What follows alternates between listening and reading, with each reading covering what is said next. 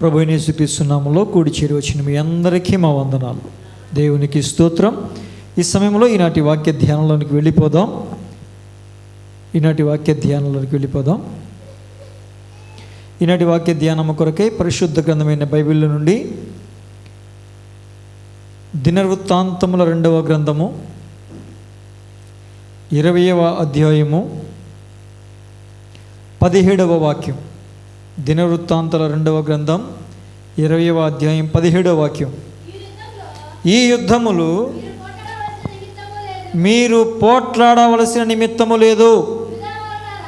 యూదా వారలారా, యెరూషలేము వారలారా,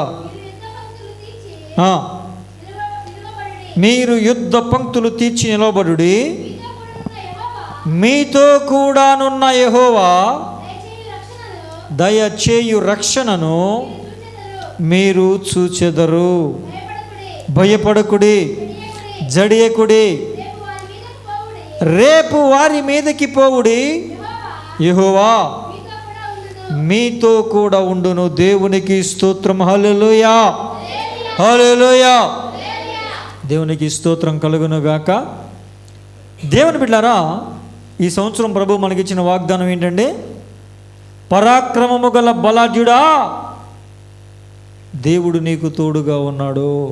హల్లెలూయా, హల్లెలూయా. ఈ సంవత్సరాన్ని ప్రభు వారు ఏ సంవత్సరంగా ప్రకటించారండి? విజయోత్సవ సంవత్సరంగా. ఆమేన్, హల్లెలూయా. దేవుని బిడ్డలారా, దేవుడు గిద్యోనికి ఎలా తోడుగా ఉన్నాడు, దైవజనుడు నాయకుడైనటువంటి మోషే గారికి ఎలా తోడుగా ఉన్నాడో మనం ధ్యానించడానికి ప్రభు కృప చూపారు.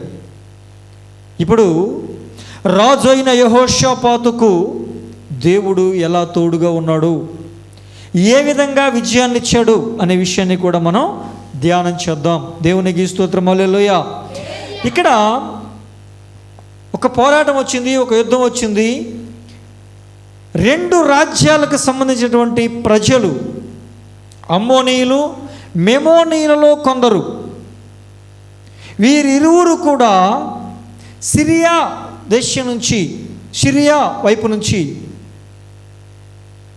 దండెత్తి యెహోషాపాతు రాజు మీదకి వచ్చారు.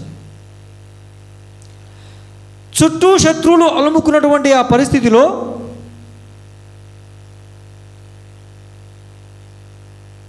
ఎవరైనా ఏం చేస్తారండి? శత్రువు వస్తే ఏం చేస్తారు? అయితే పోరాడడానికి ప్రయత్నం చేస్తారు, లేకపోతే మేము లొంగిపోతున్నామనే సమాచారాన్ని పంపుతారు. లేకపోతే వాళ్ళందరూ శత్రువులందరూ కూడా చుట్టుముట్టారు కనుక వాళ్ళతో యుద్ధం ఎలా చేయాలో మంత్రివర్గంతో కూర్చుని ఎలాంటి ప్రణాళిక రచించాలి, ఎలాంటి వ్యూహాన్ని మనం పన్నాలి, ఏ వ్యూహం ప్రకారం వెళితే వాళ్ళని గెలవగలం అనేది మంత్రివర్గంతో, రక్షణ మంత్రివర్గంతో కలిసి చర్చించాలి. అవునా కాదండి? కానీ యెహోషాపాతు ఏం చేశాడు అనే విషయాన్ని, ఆయన చేసిన ఆ పనికి దేవుడు ఎలాంటి సమాధానం ఇచ్చాడు, సమాధానం ఇచ్చిన తర్వాత వాళ్ళు ఏం చేశారు, దేవుడు ఎలాంటి విజయాన్ని యెహోషాపాతు రాజుకు, తన ప్రజలకు అనుగ్రహించారు అనే విషయాన్ని మనము ధ్యానం చేస్తున్న క్రమంలో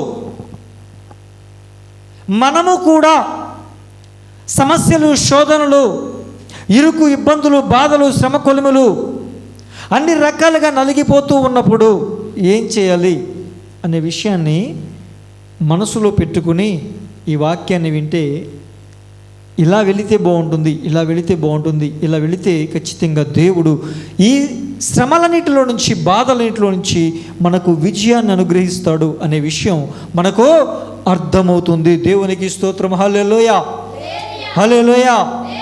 దేవుని బిడ్డలారా, యెహోషాపాతు యూదా జనాంగానికి రాజు అయినప్పుడు ఇశ్రాయేలీలకు ఆహాబు అనే వ్యక్తి రాజుగా ఉన్నాడు.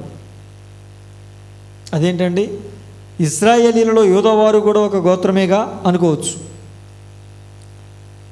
దావీదు కూడా మొదట యూదా జనాంగానికి మాత్రమే రాజు, 70% ప్రజలకు రాజు కాదు. తర్వాత మరలా ఆ 70% మొత్తం 100% రాజు అయ్యాడు. తర్వాత మరలా కాలక్రమేణా దావీదు గారి తర్వాత మరలా వీళ్ళు 2 గుంపులుగా విడిపోయారు. 10 గోత్రాలు ఒక గుంపు, 2 గోత్రాలు ఒక గుంపుగా విడిపోయారు. విడిపోయినప్పుడు యూదా వారు ఒక గుంపు అయిపోయారు, ఇశ్రాయేలు మిగిలిన 10 గోత్రాలు ఒక గుంపు అయిపోయారు. వాళ్ళని ఇశ్రాయేలు జనాంగం, వీళ్ళని యూదా ప్రజలు అని పిలిచారు. ఈ యూదా ప్రజలకు రాజు ఎవరంటే యెహోషాపాతు. ఇశ్రాయేలు జనాంగానికి ఎవరండి? ఆహాబు. ఆ పర్టికులర్ టైంలో, ఆ కాలంలో ఈ యెహోషాపాతు రాజు అయిన తర్వాత ఇశ్రాయేల్ రాజు అయిన ఆహాబు దగ్గరికి వచ్చాడు. వస్తే ఆ ఇశ్రాయేల్ రాజు ఏమన్నాడు తెలుసా? చాలా సంతోషం, మనం మరలా ఇలా కలవడం చాలా చాలా సంతోషం, ఇది చాలా మంచిది. అయితే నీకు తెలుసు, నాకు తెలుసు, రామోత్ గిలాదు ఏదంటండి, రామోత్ గిలాదు అనే ప్రాంతం అది మనది. అయితే అది ఇప్పుడు సిరియనుల చేతిలో ఉంది. నీవు నాతో కలుస్తావా? మనము కలిసి మన ప్రాంతమైన రామోత్ గిలాదు అనే ప్రాంతాన్ని, పట్టణాన్ని మన సొంతం చేసుకుందాం. సిరియనుల దండ నుంచి మన చేతిలోనికి తెచ్చుకుందాం. సిరియా రాజ్యంలో నుంచి మన రాజ్యంలో దాన్ని కలుపుకుందాం మరలా. అది వాస్తవానికి మనదే కదా. అంటే యెహోషాపాతు ఏమన్నాడంటే, నీ జనమే నా జనం, నా జనం నీ జనం, నా గుర్రాలు నీ గుర్రాలు, నీకు అర్థమవుతుందా అని చెప్పి తప్పకుండా అన్నాడు. అయితే వెంటనే ఆహాబు ఇశ్రాయేల్ రాజు యుద్ధానికి వెళ్దామా అంటే, లేదు విచారణ చేద్దాం, దేవుని దగ్గర విచారణ చేద్దాం, దేవుని చిత్తమైతేనే వెళదాం అని అన్నాడు. హల్లెలూయా, హల్లెలూయా. ఎప్పుడైనా ఏదైనా ఒకవేళ ఆ స్వాస్థ్యం మందే అయినా, మన తప్పు లేకపోయినా, మనం కోల్పోయినా మరలా మనం తిరిగి పొందుకోవాలి అన్నా, అసలు ఏదైనా విషయంలో మరలా తిరిగి దాన్ని పొందుకోవాలి అంటే అది నీ ఇంట్లో ఆనందమా, సంతోషమా, ఆస్తి కోల్పోయావా? నువ్వు కోల్పోయింది ఏది? నీ వ్యాపారంలో లాస్ వచ్చిందా? ఆర్థిక లావాదేవీల్లో లాస్ వచ్చిందా? నీకు వచ్చే పంపకాల్లో లాస్ వచ్చిందా? వాస్తవానికి నీకు రావాల్సింది రాకుండా అన్యాయం చేయబడిందా? మరలా దాన్ని నువ్వు పొందుకోవాలనుకుంటున్నావా? అప్పుడు వెంటనే వెళ్ళిపోవడం కాదు, అది నాదే కనుక నేను వెళ్ళి పొందుకుంటా, నా అంతటి నేను వెళ్ళిపోతా అని మనం వెళ్ళకూడదు. హల్లెలూయా. మరి ఏం చేయాలి? దేవుని చిత్తాన్ని కనిపెట్టాలి. యెహోషాపాతు అదే అన్నాడు, మనం విచారణ చేద్దాం దేవుని యొద్ద అంటే, వెంటనే ఆహాబు ఏం చేశాడంటే ఇంచుమించు 400 మంది ప్రవక్తలను పిలిపించాడు. వాళ్ళు ఎవరండి చెప్పాలి? వాళ్ళెవరో ఇప్పుడే చెప్పా, ప్రవక్తలు. వాళ్ళెవరో ప్రవక్తలు. ప్రవక్త అనగా దీర్ఘదర్శి, జరగబోయేది చెప్పగలిగేవాడు ప్రవక్త. ప్రవచనం అంటే ఏంటి? జరగబోయేది దేవుడు పలికించడమే ప్రవచనం. అర్థమైందా? నీ జీవితంలో ఇలా జరగబోతుంది అని చెప్పడమే ప్రవచనం కదా. ప్రవక్త అనగా జరగబోయేది చెప్పేవాడు. ఇప్పుడు ఎంతమంది ప్రవక్తలు వచ్చారు? ఇంచుమించు 400 అని రాయిలా, ఇంచుమించు 400 అని రాశాడు. ఓకేనండి? ఎంతండి? ఇంచుమించు 400. ఇది 2 రాజుల గ్రంథం 2వ రాజుల గ్రంథం 20వ అధ్యాయంలో రాస్తాడు. 1 రాజుల గ్రంథమే, క్షమించాలి. దేవుని బిడ్డలారా, మీరు ఆలోచన చేస్తే 400 మంది ప్రవక్తలు వచ్చి ఏమన్నా తెలుసా? నువ్వు వెళ్ళు, దేవుడు నీకు జయం అనుగ్రహిస్తాడు అని అన్నాడా? వాళ్ళందరూ అన్నారండి. అంటే ఇంకేంటి, మనకు తిరగలేదంట, పద అన్నాడు.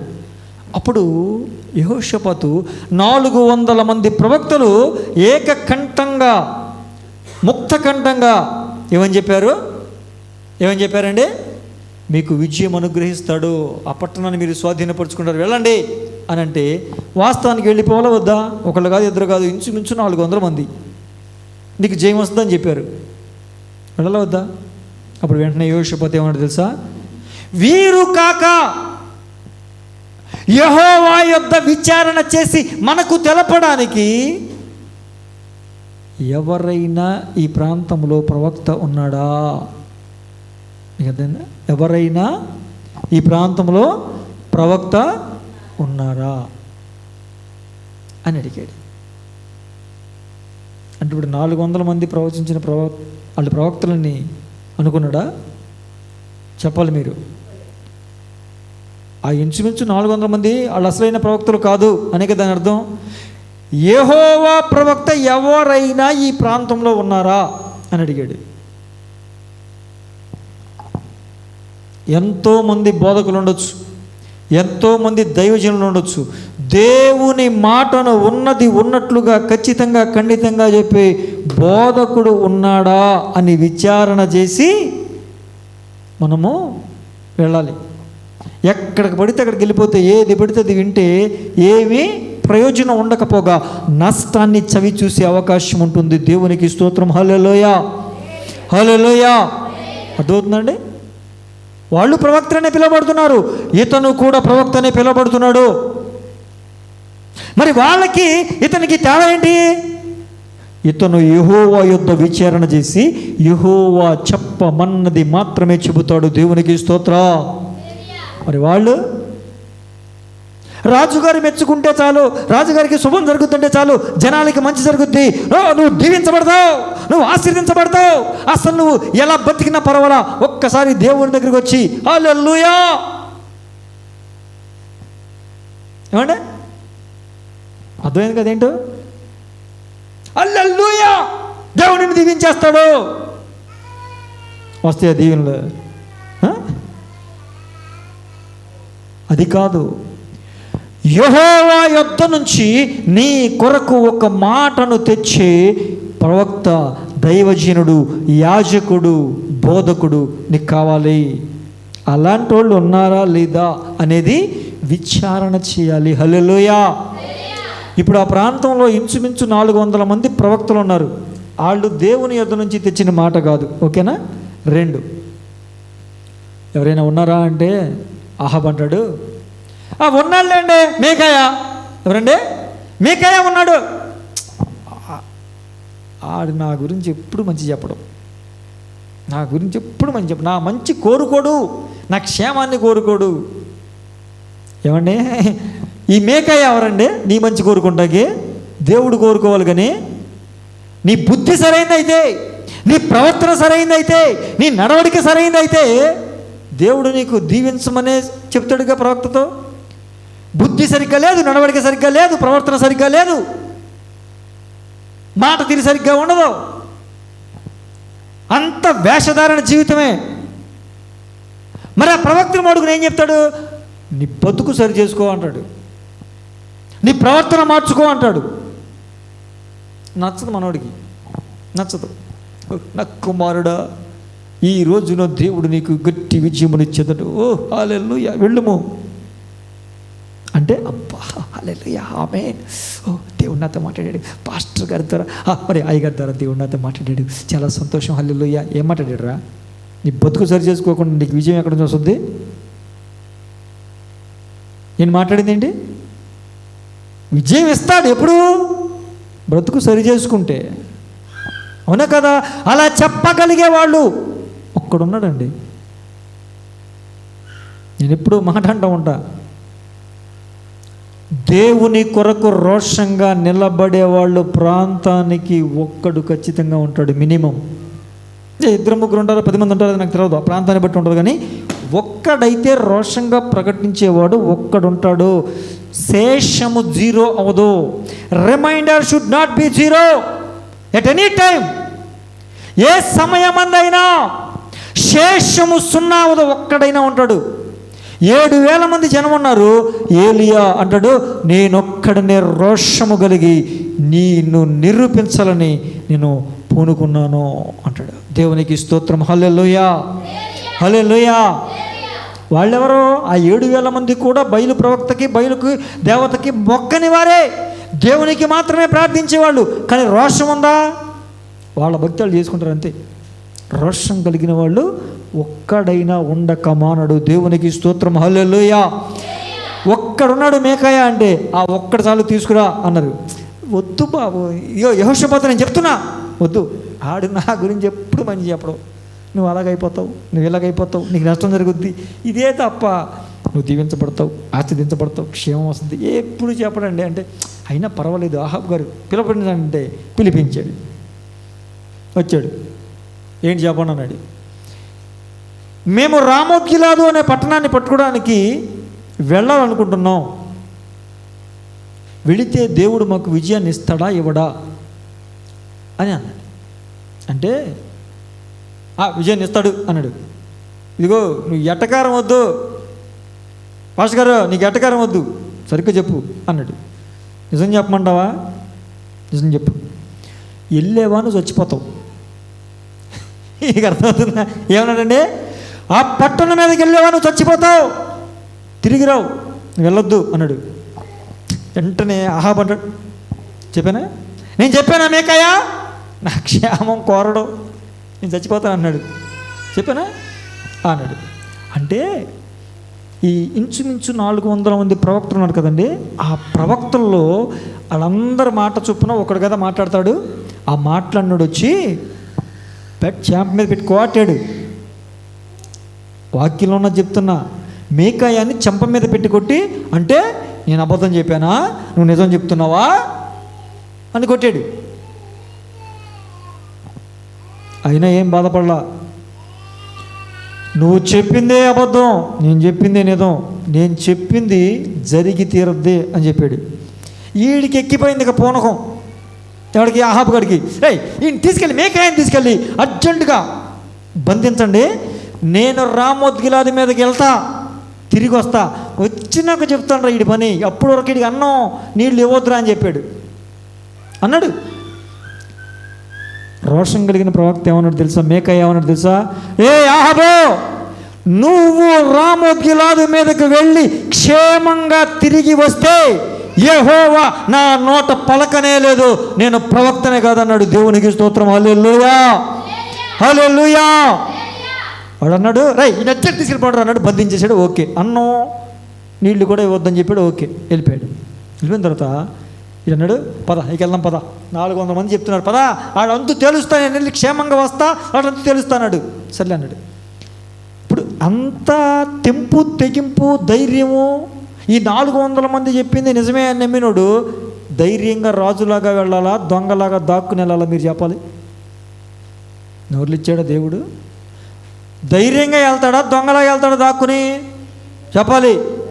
అడు అంటాడు, యెహోషాపాతు నువ్వు రాజు వస్త్రాలు వేసుకో, నేను మారు వేషం వేసుకుంటా. అచ్చా ఇదెందుకు మళ్ళీ అన్నాడండి. నువ్వు రాజు వేషం వేసుకో, నేను మారు వేషం వేసుకుని యుద్ధానికి వస్తా. ఎందుకు? ఆడి చెప్పింది జరగనైనా జరుగుద్ది. రాజు వస్త్రాలు వేసుకుంటే నేను పోతా, ఈ రాజు వస్త్రాలు వేసుకుంటే యెహోషాపాతు పోతాడు. ఇప్పుడు రాజు వస్త్రాలు వేసుకుంటే సైన్యం ఎవరిని టార్గెట్ చేస్తారండి? రాజుని కదా టార్గెట్ చేస్తారు. టార్గెట్ చేస్తే ఈడు పోతాడు. నేను మారు వేషంలో ఉంటాను కాబట్టి ఆడు పోగానే వచ్చేయచ్చు, చట్టపట్ట సర్దుకుని వచ్చేయచ్చు అనుకుని నేను మారు వేషంలో వస్తానంటే పాపం ఈ యెహోషాపాతు అమాయకుడు, ఏం తెలియదుగా. సరే ఓకే, అలాగే పర్లేదులే, ఏం కాదు, ధైర్యంగా నేను ఉన్నాను అని వెళ్ళాడు. వెళ్తే ఈలోపు యెహోషాపాతు రాజు వస్త్రాల్లో ఉన్నాడుగా, ఈడ మారు వేషంలో ఉన్నాడుగా.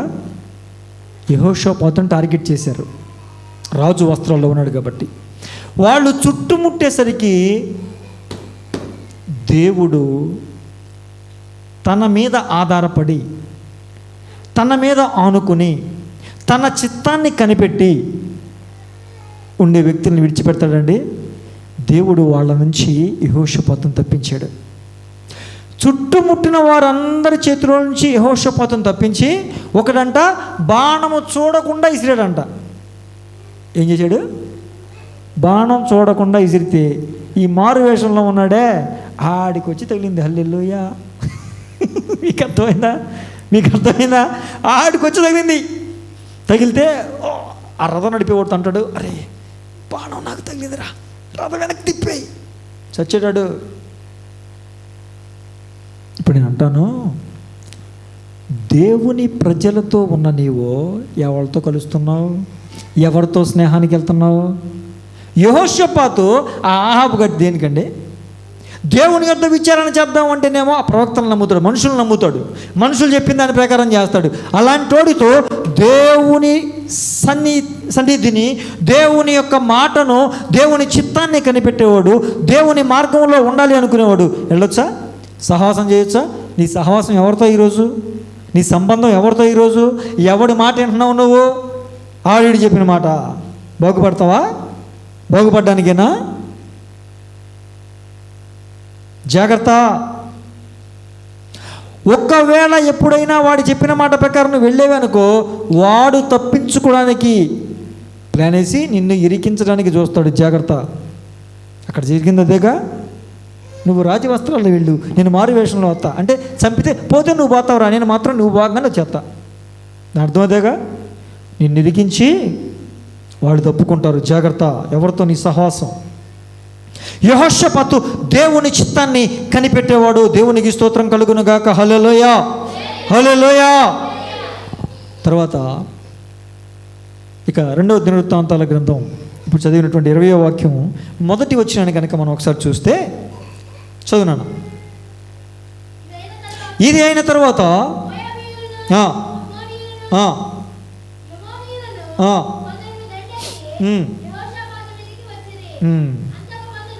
చాలా ఇప్పుడు మోయాబీలు, అమ్మోనీయులు, మెమోనీయుల్లో కొంతమంది 2.5 గుంపులు యెహోషాపాతు మీదకి దండెత్తొస్తే ఇప్పుడు శ్రమలు వచ్చినాయి, బాధలు వచ్చినాయి, ఇరుకులు వచ్చినాయి, ఇబ్బందులు వచ్చినాయి. ఎక్కడికి వెళ్ళాలి? పక్కింటి వాళ్ళకి వెళ్ళి చెప్పుకోవాలి, ఎదురింటి వాళ్ళకి వెళ్ళి చెప్పుకోవాలి, ఆ వీధిలోకి వెళ్ళి చెప్పుకోవాలి, ఈ వీధిలోకి వెళ్ళి చెప్పుకోవాలి. అంతేనా? ఎవరికి చెప్పుకోవాలి? నీకు వచ్చిన కష్టం, నీకు వచ్చిన బాధ, నీకు వచ్చిన శ్రమ ఎవరికి చెప్పుకోవాలి? పక్కింటి వాళ్ళు చెప్పుకుంటూ తిరుగుతారా? ఆరుతారా? పోనీ పెద్దలందరికి చెప్దామా? పెద్దలందరికి చెప్పి నాకు ఈ సమస్య ఉంది, నాకు ఈ శోధన ఉంది, నాకు ఈ బాధ ఉంది అని చెప్పుకుందామా? తిరుగుతారా? మరి ఎవరు చెప్పాలి? యెహోషాపాతు ఏం చేశాడు తెలుసా? చుట్టుముడితే రాజు అయ్యుండి దేవుని పాదాలు పట్టుకోవడానికి మొత్తం అందరినీ ఉపవాసం ఉండండి అని చాటించి దేవుని మందిరంలోకి వచ్చి గోనె పట్ట కట్టుకొని ఉపవాసాన్ని ప్రతిష్ఠించి ప్రార్థన చేశాడు. దేవునికి స్తోత్రం. హల్లెలూయా, హల్లెలూయా. ఓరే నాయనా, నీకు వచ్చిన సమస్య, నీకు వచ్చిన కష్టం, నీకు వచ్చిన ఇరుకు ఇబ్బందిని బట్టి ఉపవాసాన్ని ప్రతిష్ఠించి దేవుని మందిరంలో పడి ఏడు. వాళ్ళ దగ్గరికి వెళ్ళి, వీళ్ళ దగ్గరికి వెళ్ళి, ఆ యొక్క ఈ వదిన దేనికి? నీకు ఎవడు తీరుస్తాడు? నీకు ఎవడు ఆర్చడో తీర్చడో? దేవుని సన్నిధిలో ఉపవాసాన్ని ప్రతిష్ఠించి నువ్వు కనుక ప్రార్థన చేస్తే దేవుడు నీకు జవాబిస్తాడు. దేవునికి స్తోత్రం. హల్లెలూయా. ఆ విధంగా ప్రార్థన చేసి, ప్రభువా ఏం చేయాలి అంటే, ప్రజలలో ఒక వ్యక్తి మీదకి దేవుడు తన ఆత్మను పంపించి ప్రవచనాన్ని చెప్పించాడు. వెళ్ళు. దేవుడు అప్పుడే ఇప్పుడు చదివిన వాక్యం, ఈ యుద్ధములో మీరు పోట్లాడాల్సిన పని లేదు, కేవలం మీరు నుంచోండి, దేవుడు మీకు కలగజేసే ఆ విజయాన్ని మీరు చూస్తారు, అనుభవిస్తారు అని చెప్పాడు. దేవునికి స్తోత్రం. హల్లెలూయా, హల్లెలూయా. జవాబు రాగానే హల్లెలూయా అని చెప్పి పార్టీ చేసుకున్నాడా? పండగ చేసుకుంటానా? ఓరి నాయన, చిన్న కార్యం జరిగిందంటే ఇడికి పార్టీ కావాలా, చిన్న కార్యం జరిగితే ఇడికి ఇంకేదో కావాలా, సరదా సంతోషాలు, స్నేహితులతో కలిసి. ఇప్పటి వరకు శ్రమ, ఇప్పటి వరకు ఆర్థిక ఇబ్బందుల, ఆర్థిక పోరాటాలా? చిన్న కార్యం జరిగిందో లేదో, చిన్న డబ్బుల్ని, కొంచెం డబ్బుల్ని చేతికి వచ్చిన లేదో, అవి పట్టుకెళ్ళిపోయి సరదాలు, సంతోషాలా? బాగుపడే లక్షణాలు అవి? బాగుపడే లక్షణాలు అండి అవి? బాగుపడద్దా? కుటుంబం బాగుపడద్దా? నువ్వు బాగుపడతావా? శ్రమ వచ్చినప్పుడు దేవుని సన్నిధిలో ఉపవాసం ఉండి ప్రార్థన చేస్తే దేవుడు నీ మొర ఆలకించి దైవజనుడి ద్వారానో, దేవుడు నేరుగానో తన దూతను పంపో, తన నేరుగానో నీకు జవాబిచ్చి ఆ కార్యం జరిగిస్తే నువ్వేం చేయాలి? యెహోషాపాతు ఏం చేశాడు తెలుసా? సాగిలపడి, ఆ మాట చెప్పిన వెంటనే సాగిలపడి నమస్కరించి, మొత్తం అందరూ కూడా సాగిలపడి దేవునికి నమస్కరించారు. నమస్కరించి ఏం చేశారు తెలుసా? కృతజ్ఞతాస్తుతులు చెల్లించారు. దేవునికి స్తోత్రం. హల్లెలూయా, హల్లెలూయా. అప్పటికి ఇంకా కార్యం జరగలా. నీకు విజయాన్ని ఇస్తాను అని మాత్రమే చెప్పాడు. నీకు విజయాన్ని ఇస్తాను అని మాత్రమే చెబితే ఆ 18వ వచనంలో వాళ్ళు సాగిలపడి నమస్కరించారు. దేవునికి స్తోత్రం. హల్లెలూయా, హల్లెలూయా. తర్వాత 19వ వచనంలో వాళ్ళందరూ కూడా దేవుణ్ణి స్తుతించారు. ఏం చేశారండి? స్తుతించారు. అంటే చేయబోతున్న కార్యానికి ముందుగానే కృతజ్ఞతాస్తుతులు చెల్లించారు. దేవునికి స్తోత్రం. హల్లెలూయా. అందుకే అంటాడు, దేవునికి ముందుగా ఇచ్చి పొందదగిన వాడెవడు? దేవునికి నువ్వు ముందుగా ఇవ్వాలి. ఏంటి అవి? స్తుతులు. ప్రభువా ఈ కార్యం చేసావు, నీకు వందనాలు, స్తోత్రాలు, స్తోత్రాలు, స్తోత్రాలు అంటే దేవుడు ఖచ్చితంగా కార్యాన్ని చేసి ముగిస్తారు. దేవునికి స్తోత్రం. హల్లెలూయా, హల్లెలూయా.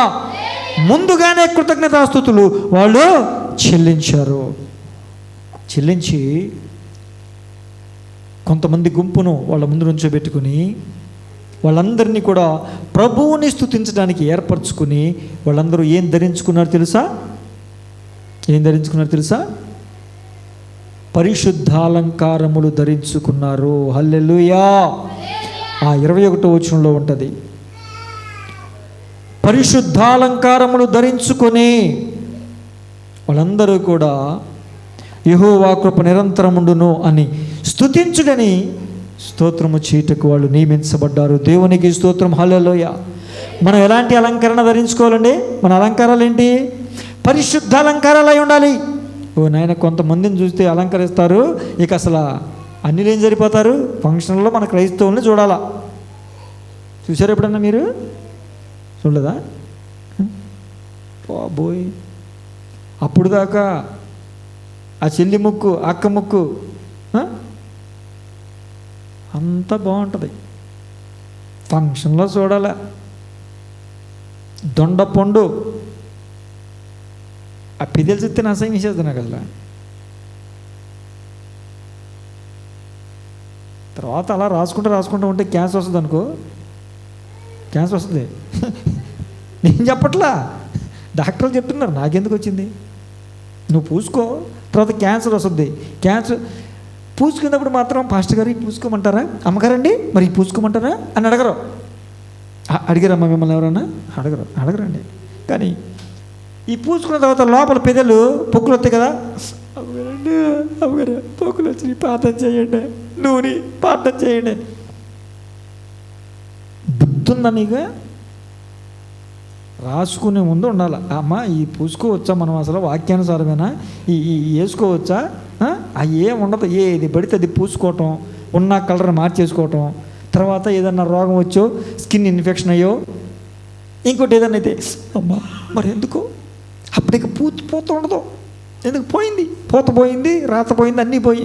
అమ్మ మరి మీరు ఎలాగైనా ప్రార్థన చేయాలమ్మా, నువ్వు ప్రార్థన చేయండి అమ్మా, అస్సలు చాలా మండుతుందమ్మా.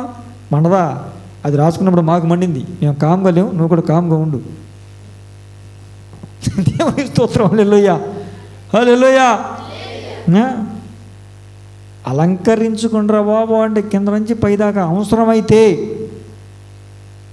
వదినా మరి ఇవాళ పెళ్ళికి వెళ్తున్నాము, మరి నాది తాడు తాకట్లో ఉంది, మరి అందరి ముందు బాగోదు, కొంచెం నీ తాడిస్తే సాయంత్రం తెచ్చేస్తా. నీ దగ్గర లేదు, ఉన్నది నీ కుటుంబ పరిస్థితిని బట్టో, లేకపోతే భర్త చేసిన పనికి మాలిన పనులు బట్టో, భార్య చేసిన అప్పులను బట్టో, ఏదో ఒక దాన్ని బట్టి తాకట్టెట్టివు. ఇప్పుడు లేదు, లేనిది నీకెందుకు? పక్కింటి వాళ్ళది ఎందుకు నీకు? అవసరమా? లేరండి అలా తీసుకెళ్ళేవాళ్ళు ఉన్నారు. గోల్డ్ కొనుక్కునే డబ్బులు లేవని అది రోల్డ్ గోల్డ్ కొనుక్కుని అయ్యన్నా వేసుకుంటున్నారు తప్ప అసలు అలంకరించుకోకుండా మాత్రం వెళ్ళరు. మళ్ళీ 10 సార్లు చూపిస్తారు, ఇది ఎక్కద కాదు, అది ఒరిజినల్ కాదు. 10 సార్లు సర్దుతారు అందరి ముందు. చూడండి, నన్ను చూడండి హో, నేను వచ్చి చూడండి హో అని. పక్కింటి ఆవిడ తీసుకెళ్దా, ఇక అందరితో మాట్లాడినప్పుడల్లా తడుముకుంటూ ఉంటుంది. ఎందుకు? పొరపాటున అది తెగిపోయింది అనుకో, డబ్బులు నేను కట్టాలి, ఎందుకు వచ్చింది సౌరు ఆయన ఉందా లేదా, అక్క బాగున్నావా, భోజనం చేసినప్పుడు ఉంది, ప్రయాణం ఉంది, బస్సు ఎక్కినప్పుడు ఉంది. ఎందుకు నీకు లేనిపోని అన్నీ లేనిది అడుక్కుని పెట్టుకోవడం దేనికి? పెట్టుకున్నా కాడ నుంచి టెన్షన్ ఎందుకు నీకు? అలంకరించుకోవాల్సినవి అవి కాదు. పరిశుద్ధ అలంకరణలతో నువ్వు అలంకరించబడి ప్రభువుని స్తుతించాలి, ప్రభువును కొనియాడాలి. ప్రభువును స్తుతించండి, ప్రభువును కొనియాడండి అంటే ఆదివారం కూడా కొంతమంది భక్తులు కింద నుంచి పైదాకా అలంకరించుకుని వస్తారు. ఇలా మొహాలు మండిపోనం. పరిశుద్ధ స్థలంలో ప్రవేశించేటప్పుడు అసలు మీ మీద ఒంటి మీద ఉన్నాయని తీసేయండి రా బాబు అని వాక్యం చెప్తుంది. రేపు మనము బేతేలుకి వెళ్ళాలి కనుక ఈరోజే మిమ్మల్ని మీరు శుచిపరచుకోండి, మీ మీద ఉన్నాయని తీసేయండి అని చెప్పాడా? అలాంటి వాక్యాలు ఉన్నాయి. అవి కనపడవు, అవి కనపడవు. దేవుని బిడ్డలారా, ఒక విషయాన్ని గుర్తుపెట్టుకోండి. పరిశుద్ధ అలంకరణలతో ప్రభువుని స్తుతించాలి. దైవికమైన ప్రేమ, దైవికమైన లక్షణాలు, మంచి మాట తీరు, మంచి ప్రవర్తన, పరిశుద్ధ జీవితాన్ని కలిగి ఆ అలంకరణలతో ప్రభువుని మనం స్తుతించాలి. కృపా వరాలతో, దేవుడు మనకు అనుగ్రహించిన కృపా వరాలతో ప్రభువుని మనం స్తుతించాలి. దేవుడు నీకు ఆత్మ అన్య భాషలు ఇస్తే అన్య భాషలతో దేవుడిని స్తుతించాలి. పరిశుద్ధ అలంకరణలు ధరించుకుని స్తుతించండి రా బాబు అంటే ఏవి బడితే వేసుకుని స్తుతిస్తూ ఉంటారు కొంతమంది. యెహోషాపాతు కొంతమందిని స్తుతించడానికి నియమిస్తే అందరినీ దేవుణ్ణి స్తుతించండి, యెహోవా కృప నిరంతరం ఉండునుగా కానీ దేవుణ్ణి స్తుతించండి నియమించారు. అంటే వర్షిప్ లీడర్స్, వర్షిప్ని లీడ్ చేసేవాళ్ళు పరిశుద్ధ అలంకరణలు ధరించుకోవాలి.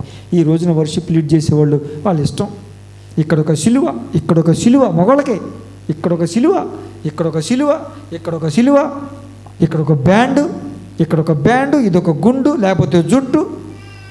ఏందిరా నువ్వు వర్షిప్ నడిపిస్తున్నావా లేకపోతే దేవుని నడిపిస్తున్నావు? లేఖనం ఏమని సెలవిస్తూ ఉంది? ఒక్కడికి వాక్యం ఎక్కదో. ఇలా సోకులు, ఇలా వయ్యారాలు, ఇలా టాలెంట్ చూపించుకోవడానికి ఆ టాలెంట్ దేవుడిచ్చాడు. ఒక్కసారి ఆ టాలెంట్ని ప్రభు తీసేయడానికో నీకు బాగా గిటార్ వాయించడం వచ్చినా దాన్ని దేవుడు నీలో నుంచి తీసేయడానికో నీకు సరిగమలు కూడా కొట్టలేవు. ఇది అనుకుంటున్నావు సాతానుగాడు వాడుకుంటున్నాడు నిన్ను బాబు జాగ్రత్త. పరిశుద్ధ అలంకరణ ధరించుకుని ఆయన్ని స్తుతించారు. దేవునికి స్తోత్రం. ఇంకోటి ఏం చేశారు తెలుసా? యెహోవా యందు నమ్మిక ఉంచారు. దేవునికి స్తోత్రం కలుగునుగాక. హల్లెలూయా, హల్లెలూయా. అక్కడ అతను అంటాడు 20వ వచనంలో కింది భాగంలో, మీ దేవుడైన యెహోవాను నమ్ముకొనుడి, అప్పుడు మీరు స్థిరపరచబడుదురు. హల్లెలూయా, హల్లెలూయా. ఎవరు నమ్ముకుంటే స్థిరపరచబడతారు? రాజులను నమ్ముకుంటే. ఎవరు నమ్ముకుంటే స్థిరపరచబడతారు? పెద్దలను నమ్ముకుంటే. ఎవరు నమ్ముకుంటే స్థిరపరచబడతారు? కులాన్ని నమ్ముకుంటే. ఎవరు నమ్ముకుంటే స్థిరపరచబడతారు? డబ్బున్న వాళ్ళని నమ్ముకుంటే. ఎవరు నమ్ముకుంటే స్థిరపరచబడతారు? వాళ్ళని వీళ్ళని నమ్ముకుంటే. అవునండి? మరి ఎవరిని? దేవుడైన యెహోవాను నమ్ముకుంటే నువ్వు స్థిరపరచబడతావు. దేవునికి స్తోత్రం. హల్లెలూయా, హల్లెలూయా. ఆయన ప్రవక్తలను నమ్ముకుని మీరు కృతార్థులవుతారు. అంటే మీ జన్మ సార్థకం అవ్వాలంటే ఆయన ప్రవక్తలను నమ్మాలి. ఎవరైనా ప్రవక్తలు? ఆ 400 మంది కాదు, సరైనోడు ప్రవక్త, ఆయన ప్రవక్త. ఆయన వాళ్ళని నమ్ముకుంటే నీ జీవితం సార్థకమవుతుంది, నీ జీవితం పరిపూర్ణమవుతుంది. నీ జీవితాన్ని పరిపూర్ణతలోనికి నడిపించి పరలోకాన్ని చేర్చగలిగినట్లుగా తీసుకెళ్తాడు. దేవునికి స్తోత్రం కలుగునుగాక. హల్లెలూయా, హల్లెలూయా. దేవుని నమ్ముకున్నవారు, ఆయన ప్రవక్తల్ని నమ్మినవారు. దేవునికి స్తోత్రం. ఇక ఈ పరిశుద్ధ అలంకరణలు ధరించుకొని వాళ్ళంట పాడుటకును స్తుతించుటకును మొదలు పెట్టగా. హల్లెలూయా. 22వ వచనంలో ఉంటుంది, వారు పాడుటకును స్తుతించుటకును మొదలు పెట్టగా యెహోవా యోధా వారి మీద ఇచ్చినటువంటి అమ్మోనీల మీదను, మోయాబీల మీదను, సేయీరు మన్యవాసుల మీదను మాటుగాండ్రను పెట్టిన కనుక వారు హతులైరి. హల్లెలూయా, హల్లెలూయా. ఎప్పుడైతే పరిశుద్ధాలంకరణలతో మనము దేవుణ్ణి స్తుతిస్తామో, పాడుటకు స్తుతించుటకు మొదలు పెడతామో, శత్రువు మీద జయం పొందుకుంటాం. హల్లెలూయా, హల్లెలూయా, హల్లెలూయా. ఈ సంవత్సరం ప్రభు ఏం చెప్పాడండి? నేను మీకు తోడుగా ఉంటా, పరాక్రమం గల బలాఢ్యుడా అన్నప్పుడు గిద్యోను పరాక్రమశాలి కాదు. మోషేను నియమించి పంపించినప్పుడు మోషే కూడా పరాక్రమశాలి కాదు. యెహోషాపాతు కూడా రాజు అయినప్పటికీ ఆ శత్రు సైన్యాన్ని జయించడం నా వల్ల కాదు మహాప్రభు అని, నా చేత కాదు అని, చేతగానివని ఒప్పుకుంటే అప్పుడు అతనికి చేత కాదు. వీళ్ళందరికీ తోడుగా ఉండి నడిపించి విజయాన్ని అనుగ్రహించిన దేవుడు మనకు, మన కుటుంబాలకు కూడా తోడుగా ఉండి నడిపించి విజయాన్ని అనుగ్రహించునుగాక. మన పరిచర్యలకు విజయాన్ని అనుగ్రహించునుగాక. దేవునికి స్తోత్రం. ఇక 3 రోజులు వాళ్ళు హతులైపోయారుగా. కొల్ల సొమ్ము కూర్చుకోవడానికి 3 రోజులు పట్టింది. 4వ రోజు మరలా ఏం చేశారు తెలుసా? కొల్ల సొమ్ము కూర్చుకున్నారు. వెండి, బంగారం, నగలు అన్నీ కూర్చుకున్నారు. ఒక్కొక్కడు కూర్చుకొనదాగిన దానికంటే ఎక్కువ, ఒక్కొక్కడు మోయగలిగిన దానికన్నా ఎక్కువగా కూర్చుకున్నారంట. కూర్చుకుని దేవుడు నాకు బంగారం ఇచ్చాడు, అది కొనుక్కుందాం, దేవుడు నాకు వెండి ఇచ్చాడు, ఇది కొనుక్కుందాం, ఈ వస్తువులు చేసుకుందాం, ఈ వస్తువులు తెచ్చుకుందాం, అది చేసుకుందాం, అమ్మ మొన్న అదే ఇది అని ప్లాన్ ఏమి వేయలే. దేవుడు ఎప్పుడైతే అంత సంపద వారి చేతికి ఇచ్చాడు, 1 విజయాన్ని ఇచ్చాడు, 2 సంపదనిచ్చాడు. ఇస్తే వాళ్ళు ఏం చేశారు తెలుసా? 26వ వచనం చదవండి. 4వ దినమున వారు బెరాకా లోయలో కూడిరి. అక్కడ వారు యెహోవాకు కృతజ్ఞతాస్తుతులు చెల్లించినందున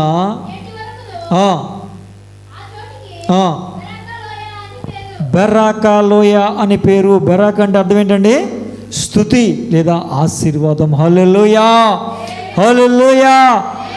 విజయం అనుగ్రహించిన తరువాత, సంపద అనుగ్రహించిన తర్వాత వాళ్ళు కృతజ్ఞతాస్తుతులు చెల్లించారు. హల్లెలూయా, హల్లెలూయా.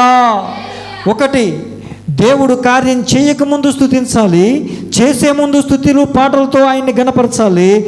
3వదిగా కార్యం పొందుకున్న తర్వాత కూడా కృతజ్ఞతాస్తుతులు చెల్లించాలి. అంటే కృతజ్ఞతా భావము కలిగి మనము జీవిస్తే ఖచ్చితంగా దేవుడు మనకు విజయాన్ని అనుగ్రహిస్తారు. హల్లెలూయా, హల్లెలూయా. అందుకే అంటాడు, మీతో కూడానున్న యెహోవా దయచేయు రక్షణను మీరు చూచెదరు. మీతో కూడానున్న జీవము గల దేవుడైన యేసయ్య మనకు, మన కుటుంబాలకు, మన పరిచర్యలకు అనుగ్రహించబోతున్న కార్యాలని మనము చూచి, అనుభవించి, ఆస్వాదించి అనేకులకు సాక్ష్యార్థమై జీవిస్తూ దేవునికి కృతజ్ఞత కలిగిన వారముగా ఉందుముగాక. దేవుడు మనకు అట్టి విజయమును అనుగ్రహించి కృతజ్ఞతాస్తుతులు చెల్లించుటకు మన నోటి నిండా స్తుతితో మనల్ని నింపునుగాక. ప్రార్థన చేసుకుందాం బిడ్డలారా, ప్రార్థన చేసుకుందాం.